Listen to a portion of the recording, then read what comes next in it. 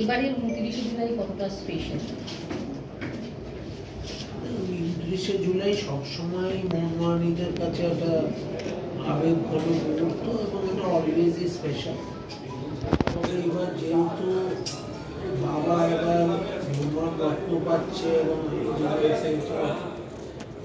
এটা আমার কাছে ডেফিনেটলি আরও একটা বড় মাত্রা যোগ করে।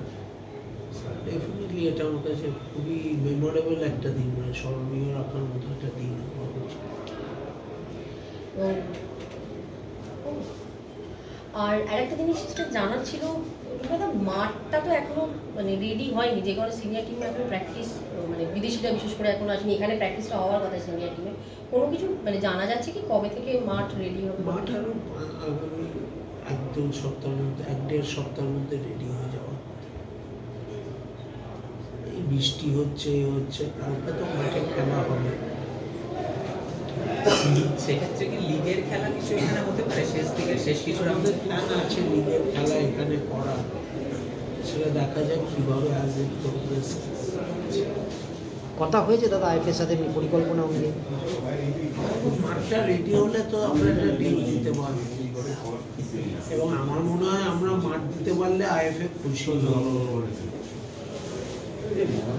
সেখানে আমার মনে হয় না কোনো আপত্তি। একটু দরজাটা বন্ধ করে দিন প্লিজ। আর একটা টুকাইদা, কল্যাণীতে ম্যাচে বেশ কিছু গন্ডগোল এবং আহত হওয়ার ঘটনা আমরা দেখলাম উভয় পক্ষেরই, এবং সেক্ষেত্রে মানে যেটা হয়ে থাকে প্রতিবার, মানে এই জিনিসটা বারবার হচ্ছে, সমর্থকদের উদ্দেশ্যে কোনো বার্তা দেবেন?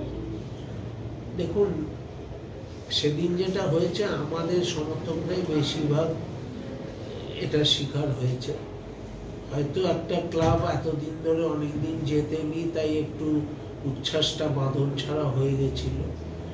আমি তাও অনুরোধ করব যে সবারই মনে রাখা উচিত যে একদিক থেকে হলে পরবর্তীকালে যখন সুযোগ আসে তখন আবার অন্য দিক দিয়েও ঝামেলা হয়, তখন আবার বেশ কিছু কর্মকর্তা এসে তখন জ্ঞানের কথা শোনা।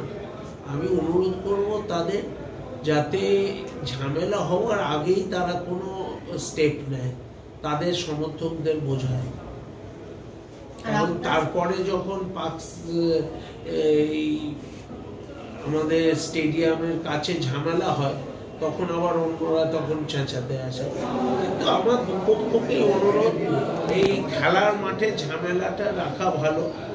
এইভাবে বাইরে শুধু মারামারি আর অপ্রীতিকর ঘটনা ঘটালে কাউরই কোনো লাভ হয় না।